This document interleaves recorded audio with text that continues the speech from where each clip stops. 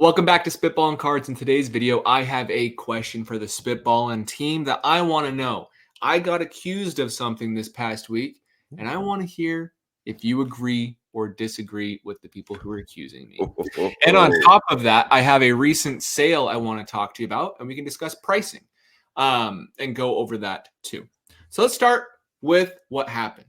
I recently bought a card, and I thought it was a really great card. And under that card, somebody was very angry that I owned that card because I am not a true collector. So my question for you is there such thing as a true collector?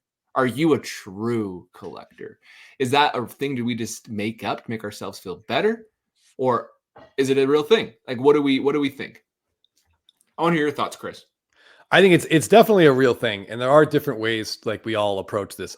Of the five of us, I know Ty isn't here, but I would say of the five of us, Ty is the closest thing to like a true collector amongst the five of us. I think he's the guy who just sees a card he likes and he buys it.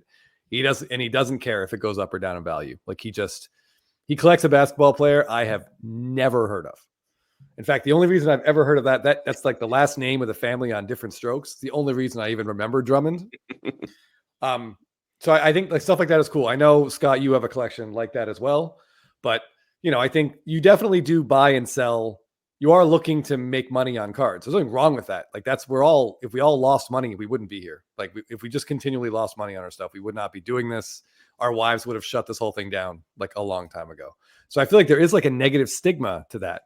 And I've seen you be called a flipper because you're buying cards and then selling them for more money. But I think that comes from jealousy. I think people are upset that maybe they didn't buy that card and then sell it again, for more money. But in terms of like being a collector, I think it's just a very generic term. I think people are always going to try to be like, holier than thou, and stuff like that. But yeah, you bought a Chris Sale card. It was a red refractor, and Chris Sale does have like a small, passionate fan base. And I would say you are not in that group. I've been a Chris Sale truther for years, by the way. On my channel, I don't know what that means. Optimistically, I'm saying I've bought Chris Sale cards, so I don't get why I'm being targeted here. I just think like this one of his best cards comes up for sale at a time when his stuff is probably at an all-time high, and there's probably a group of people that have loved him forever, and they wanted that card, and now you have it. I'm sure that bothers people, but it's a free world. You can buy and sell what you want. But yeah, some people can get mad about it, and that's okay. We don't hate you for it. It's a cool card. Thanks. And I'm just glad you have it and I don't, because if I had that card, Chris Sale's doomed. I'm so happy you don't own any of his cards. But yeah, Jeff, anything you want to add? I think I agree that there's different ways of participating in the hobby and different names for the ways that people do participate. And I feel like there's an aspect of the way I participate in the hobby that is collecting. And there's some more so that I look to hope that it doesn't go to zero. So like when Chris and I are looking to fund a big card and we have to sell other cards to do it, I guess that's flipping or selling. In some cases, it's more than we paid for the card. In some cases, it's less than we paid for the card. So I don't know. A true collector, is my Brewers binder filled with patch cards and auto cards and cards that people have given me because they know I like the Brewers. Is that any realer of a collection than the wax I have behind me that I may keep forever or I may sell? I don't know. It's just, I guess you just have to be a little less concerned with how other people are viewing you as long as you're having a good time in the hobby. That's the portion for me. Is when I buy these cards, I like the cards. I have a reason why I want the card, right? But it's also one of those things where I don't have unlimited money. Right? And so I will, if a card appreciates and there's a cooler card, I'm going to want that card. And so that's still to me though my personal collection. So I still feel like I'm a collector, but it's just kind of taking steps forward to like refine that collection. Yeah. So I guess I don't get like the whole holier than thou both ways, right? Because those that are doing it do help the true collectors too find stuff. So, Phil, what do you think? I think we're all on a spectrum, and at the same time, I think we're all more similar than we are unlike.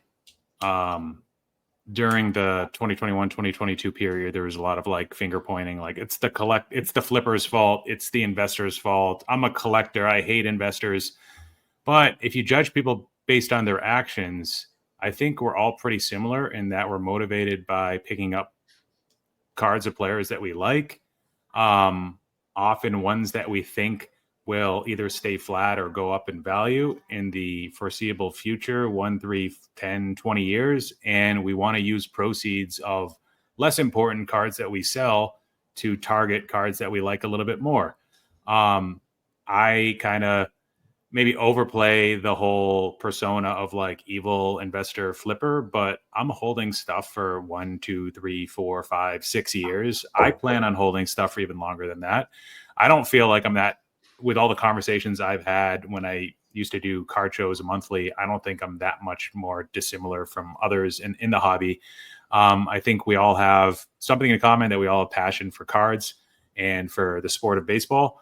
And that's something I picked up on when I started doing the card show. I'm like, oh, all these like dealers actually watch baseball. They actually care about sports a lot. They're really passionate. We're talking about like David Ortiz, and you all have that like common conversation topic with like the local show around here, with the local teams and everything. So one of the other things is, are there some collectors out there that don't care at all about monetary values?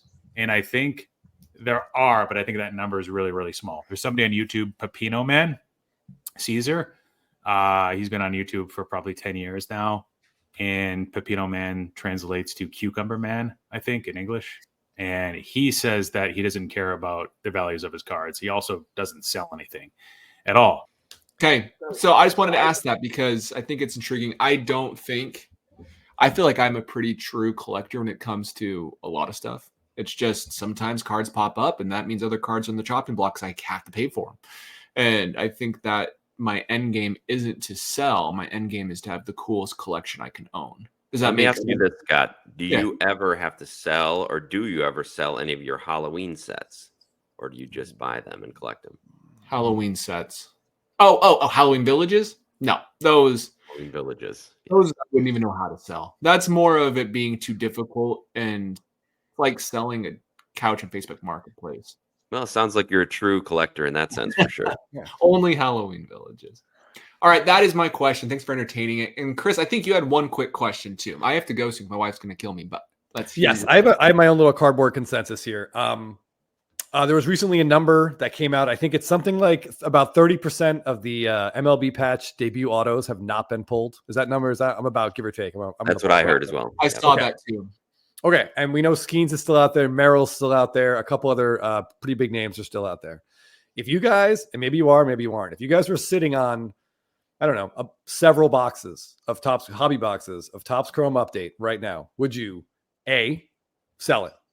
Because whatever you paid for it, you can definitely get a lot more for it right now. Prices are up around $500 for a hobby box. Would you, B, rip it? Because you know those huge cards are still out there, and it could be in your box. Or C, are you just putting it back in your closet and locking it up and holding it?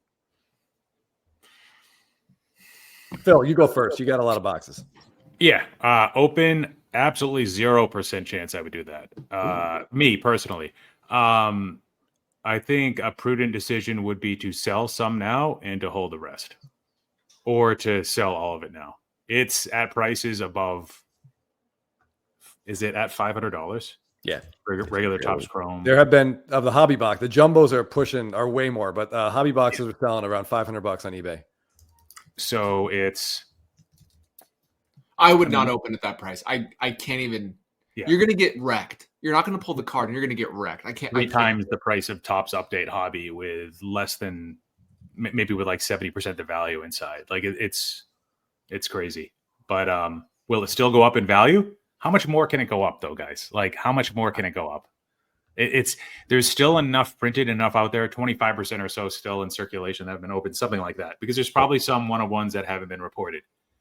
So that's still enough boxes to ensure that a scarcity dilemma won't like push these above 1,000. I think. Hold on. But All right, having so said that, opening 75% of a product that's been out for 3 months, less 2 months, that's like kind of unprecedented in current times.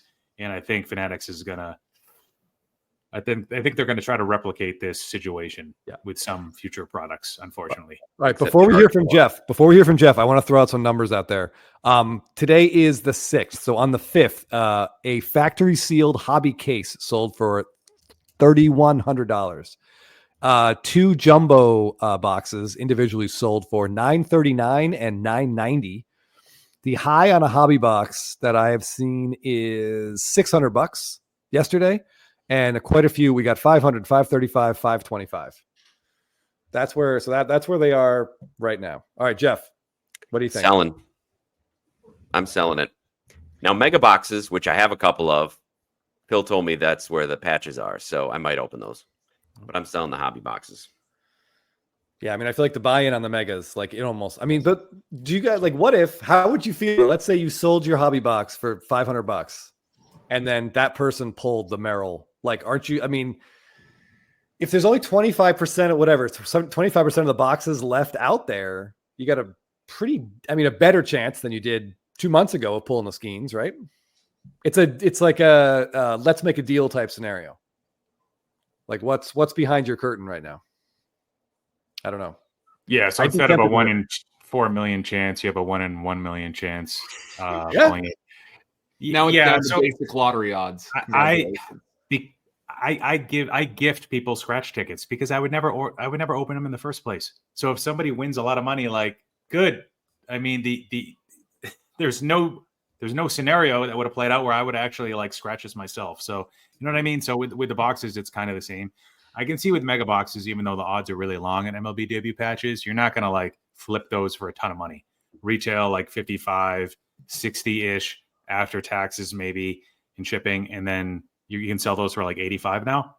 I mean, maybe those go up in value a little bit. I don't know. But I think at this point, people have been burnt by those mega boxes so much. They've only yielded so many debut patches. The urge to rip, I think, would really start to get at me. Jeff and I did rip. I think I talked about it. Jeff and I ripped one hobby box as like a birthday gift to ourselves. It was $400 at the time. And I'm like, I can't imagine this ever getting higher than this. This is really stupid. And we got, $50 worth of cards? Maybe, Jeff? We got a Skeens refractor, which initially we thought was really good, but they're not numbered anymore. So, but at least we got that. Calculate the odds, Scott, of us pulling a Skeens by opening one. Okay. I'm back. I just closed my door. I'm back again. They're astronomical. They're astronomical, but someone is going to do it. What's the assumption? How many boxes? Every 1,200 boxes, hobby boxes yields one debut patch. The odds of pulling a hobby, like a debut patch of any player, is 0.008%. 0.008%. All right. And then wait, did we multiply that by 100 or is that the number already? I went 1 divided by 12,000. So that's just for any player.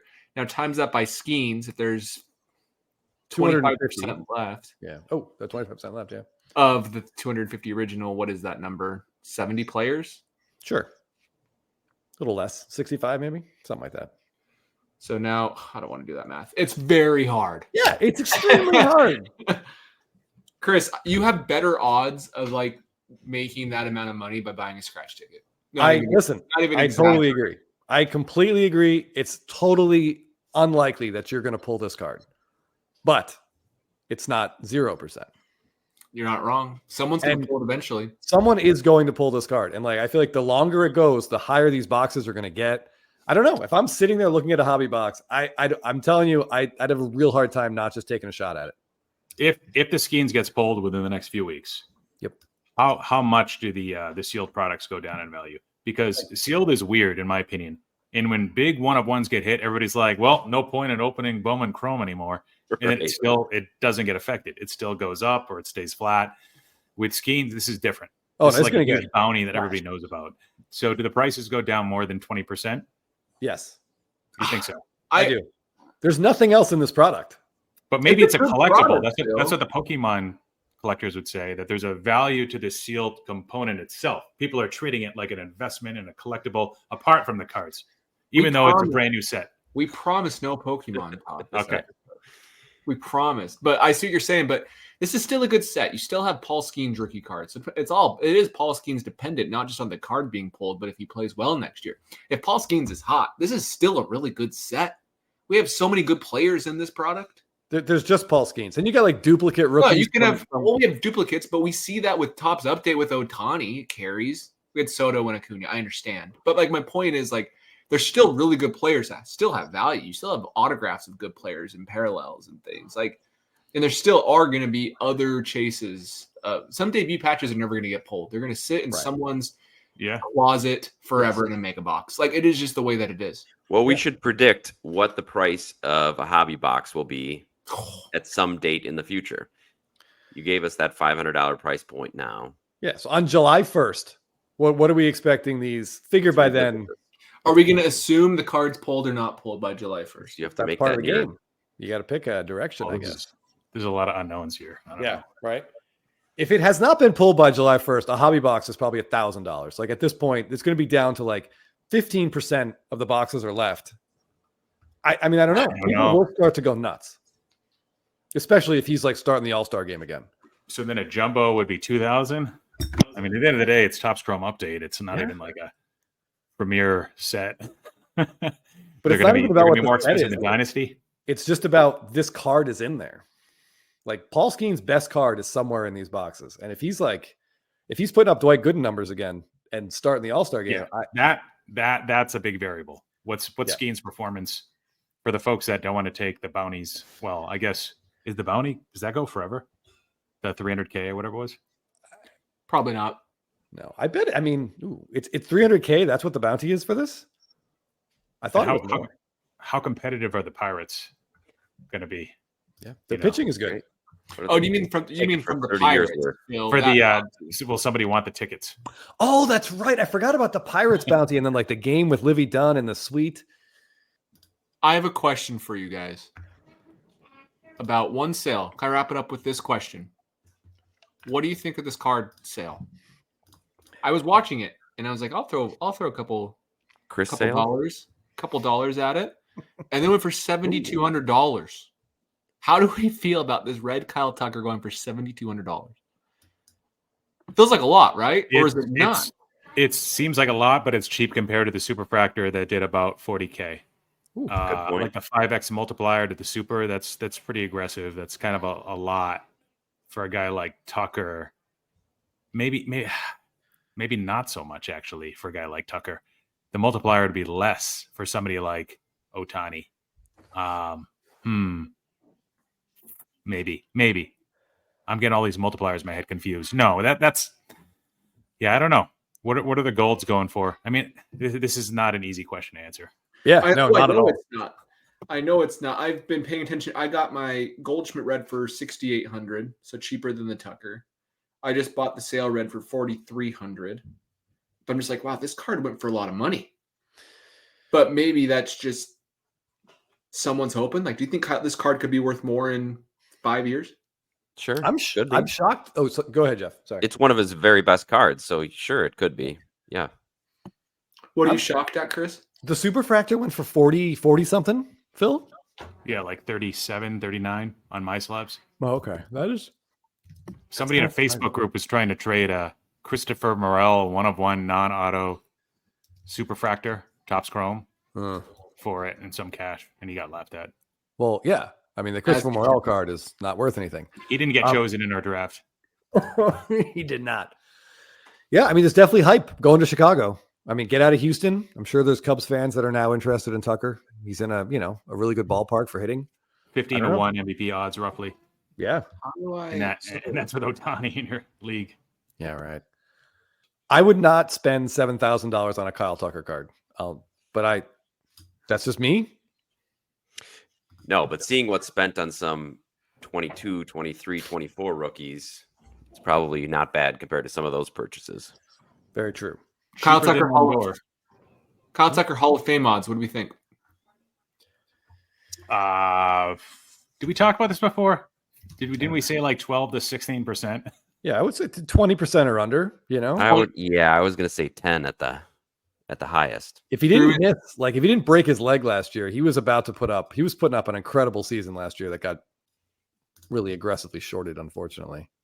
So here it is. Here's Kyle Tucker's baseball reference page. He would have had a 9-WAR season at the same rate stats as last year. Yeah. 181 OPS. He has a 139 OPS for his OPS plus for his career. The Astros refused to play him for whatever reason for the first 3 years of his career. But he's been a 5-WAR player. Yeah. Stacked outfield at that point, Michael Brantley, etc. George And Springer. they were being lame. But yeah, so I just thought it was a very interesting sale. I watched it and thought I had to ask your thoughts on it. Yeah, no, I mean, I don't know. It seems high initially, but if the super went for like 37, then maybe it's not that outlandish. Kyle Tucker's the GOAT. All right, guys, let's finish this episode. Thanks for watching, everybody. We appreciate it. We'll see you in the next one.